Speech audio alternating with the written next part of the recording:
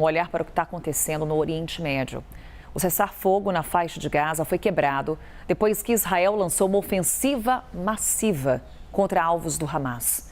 Pelo menos 326 pessoas morreram, de acordo com o Ministério da Saúde palestino, ligado ao Hamas.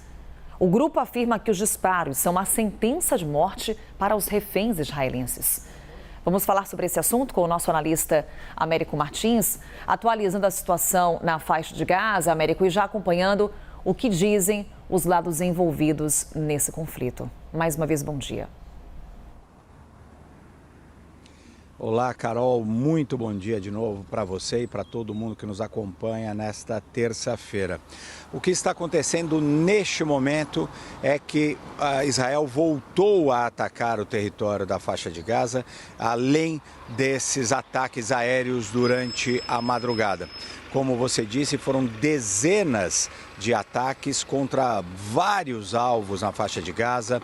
Alguns dos líderes do Hamas morreram nesses ataques e que deixaram, infelizmente, 326 pessoas mortas, inclusive crianças e mulheres. Essas informações do Ministério da Saúde da faixa de Gaza, que tem ligações com o próprio Hamas.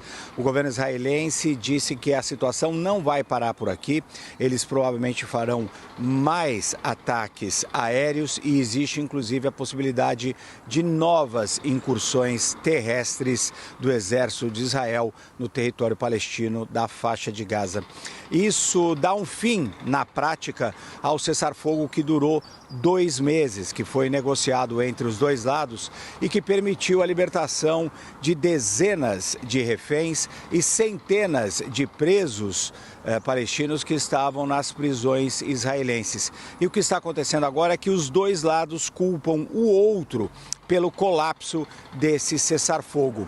Na semana passada, nós tivemos muitas conversas que foram mediadas pelos países tradicionais nesse processo de mediação, Iraque e Egito, principalmente com alguma ajuda dos Estados Unidos. A ideia seria que os dois lados entrassem na segunda fase dessas negociações, desse acordo de cessar-fogo. Essa segunda fase, pelo que foi acertado lá no início do cessar-fogo, levaria ao fim total da guerra e à retirada total também do exército israelense do território da faixa de Gaza. Mas Israel exigia também que o Hamas não estivesse no controle desse território palestino. E o que nós vimos nos últimos 2 meses foi que o Hamas tem o controle, pelo menos, da segurança dentro do território palestino. A gente viu isso, por exemplo, nas cenas de libertação dos reféns israelenses que foram conduzidas por homens armados, militantes do Hamas.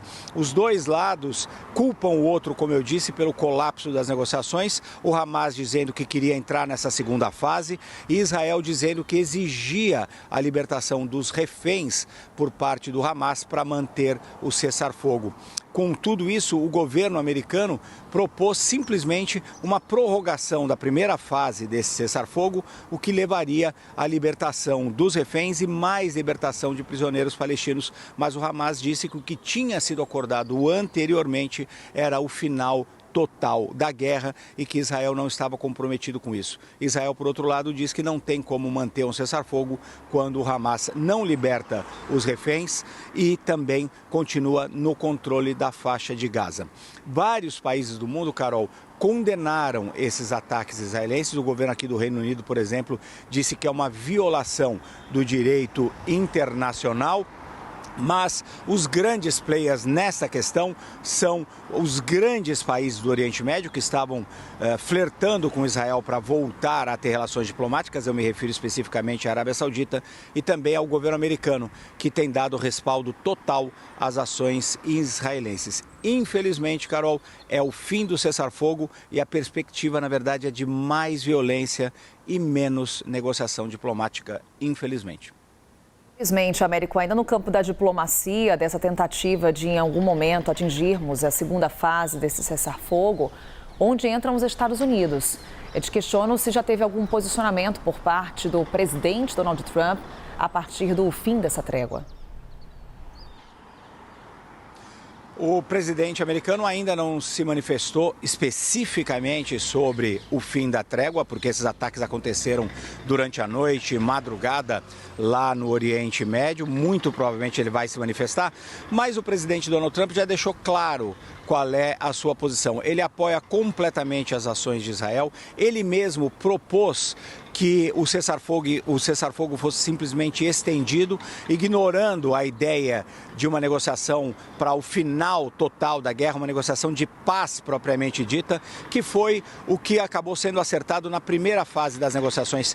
Só que essa primeira fase aconteceu ainda nos dias finais do governo do presidente Joe Biden, com a ajuda, inclusive, dos enviados especiais do presidente, então presidente eleito, Donald Trump. Mas não foi um acordo assinado pelo Donald Trump. E agora ele insiste na libertação dos reféns, inclusive ameaçando muito o Hamas. Então é certo que o presidente americano e o governo dos Estados Unidos vão dar apoio total a Israel, apesar, mais uma vez, de que a expectativa do mundo, dos grandes mediadores que ajudaram a fazer esse acordo, era que neste momento estivesse sendo discutida e, com sorte, implementada uma segunda fase desse acordo, o que levaria ao fim total da guerra. A perspectiva neste momento não é essa, pelo contrário, como eu disse, a perspectiva, infelizmente, é de mais violência. Daqui a pouco o Américo Martins volta para trazer para a gente o que está acontecendo lá no Oriente Médio, reações internacionais. Daqui a pouco também as imagens ao vivo para você lá da faixa de Gaza.